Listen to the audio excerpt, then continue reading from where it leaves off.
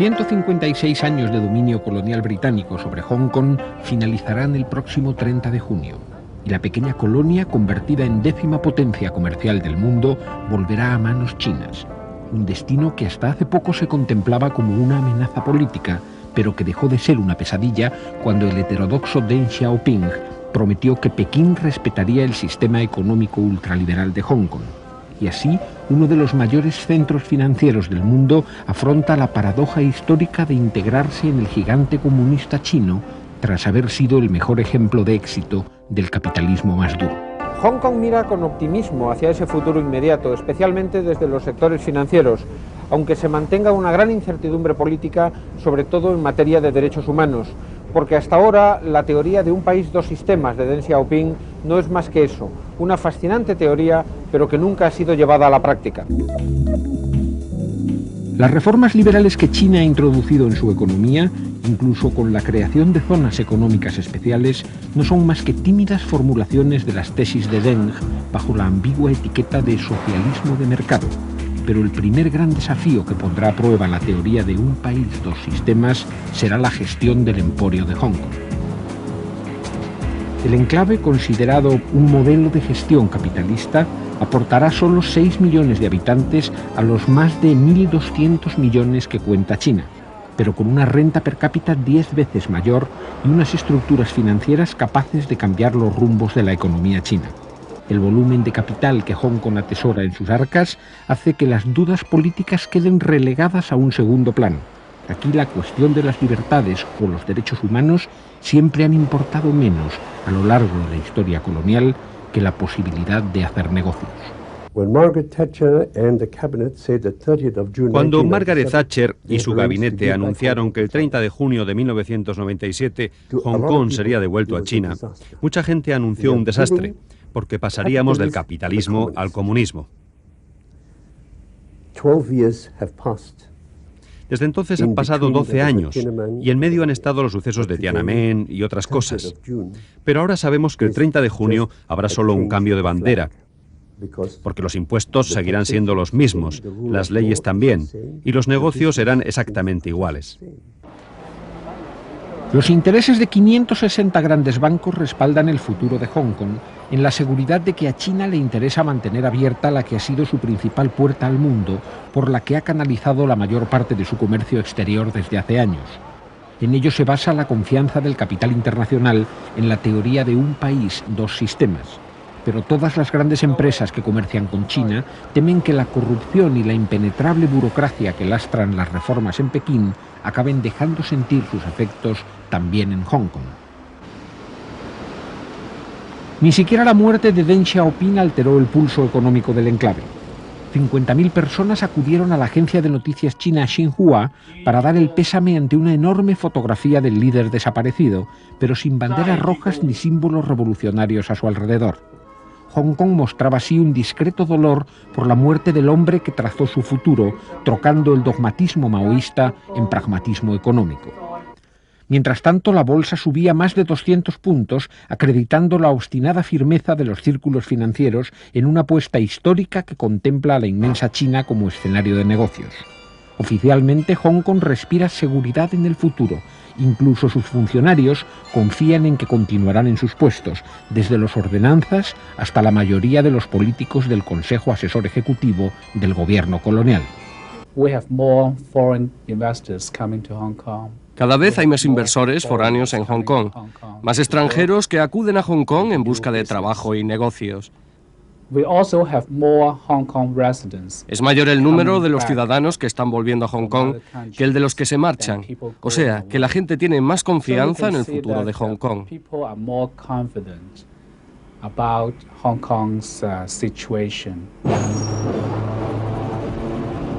Sin embargo, las gentes de la calle no las tienen todas consigo. Que existe la inquietud popular lo demuestra que el político más votado de Hong Kong sea el abogado Martin Lee, que no ha cesado de reclamar garantías democráticas de China y cuyo Partido Democrático agrupa a quienes más recelan del próximo cambio de bandera.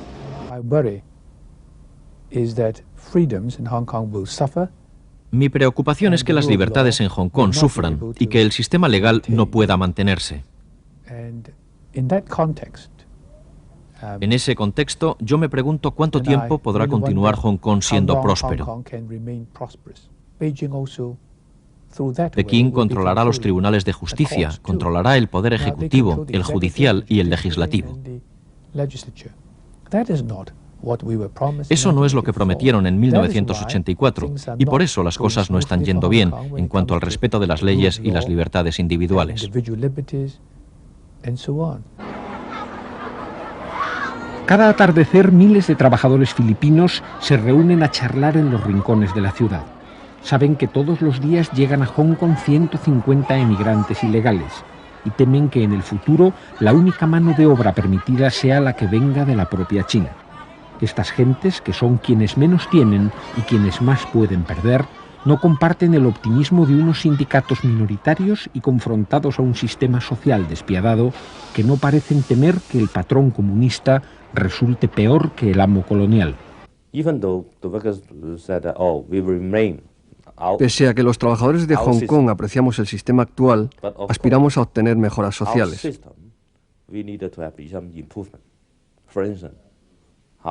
Y creemos que bajo la bandera china habrá mayor protección para los trabajadores y tendremos más fuerza para negociar con las empresas.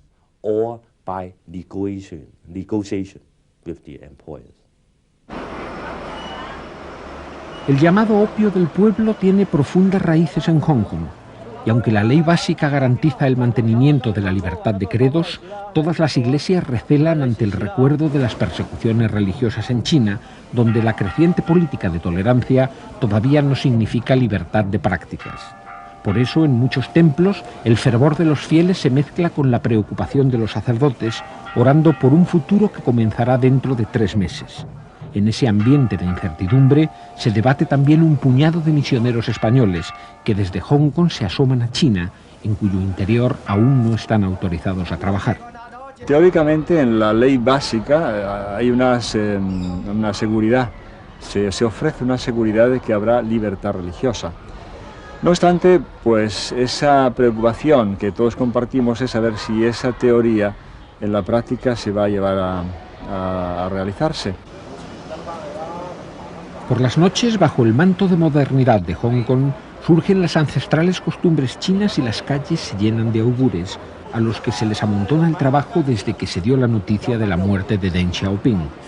Porque una vieja superstición china asocia los fallecimientos de los emperadores o de los altos dignatarios políticos con desastres naturales como plagas, terremotos o inundaciones.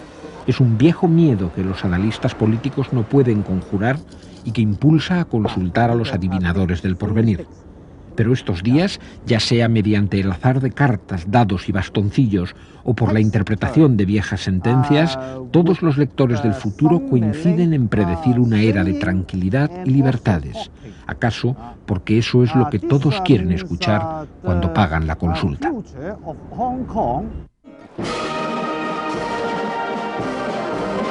Entretanto, en Pekín, tras la muerte de Deng Xiaoping, el Partido Comunista cumplía la orden de cerrar filas, aplazando todo debate hasta su congreso del próximo otoño. Y el primer ministro Li Peng insistía en el proyecto de un país, 2 sistemas, ante una Asamblea Nacional Popular que olvidó hace tiempo las tesis revolucionarias del maoísmo. La teoría de que no importa el color del gato mientras cace ratones ha hecho que las efigies de Mao se vendan como antigüedades, relegando las recetas de su libro rojo a los puestos de libros viejos. Los emblemas del Gran Timonel y los cartelones épicos no son más que reliquias de un pasado que nadie quiere recordar, porque la China que se dispone a recuperar Hong Kong es muy distinta a la que Mao dejó como herencia. Entonces nadie habría imaginado que el gobierno abdicase de las grandes utopías para estimular los negocios particulares. Las gentes de Pekín no quieren hablar de política. Ambicionan hacer las compras aplazadas durante años en comercios de lujo. Los niños sueñan con videojuegos japoneses. Familias enteras llenan los restaurantes de moda, hamburgueserías o pizzerías de estilo americano que representan la modernidad. Y los enamorados escogen los trajes de su próxima boda como cualquier pareja pequeño burguesa del mundo capitalista. Los consumidores chinos hacen así el mejor homenaje a Deng Xiaoping, porque gracias a la política del pequeño timonel están cambiando las costumbres y aspiraciones del pueblo chino. El Producto Interior Bruto de China creció el pasado año casi un 10%, mientras se reducía la inflación al 6%, mejorando en 4 puntos lo previsto. Pero aún quedan grandes problemas sin resolver, como el déficit de las empresas públicas o la mala administración. Y la clase dirigente de Pekín mira la eficacia de Hong Kong como un modelo de gestión económica. Pero el espejo de Hong Kong refleja también el amargo desengaño político de quienes creyeron las promesas revolucionarias y hoy son alentados a soñar un imposible enriquecimiento individual, mientras las clases sociales empiezan a aparecer en la nueva China con la misma rigidez que en las sociedades occidentales.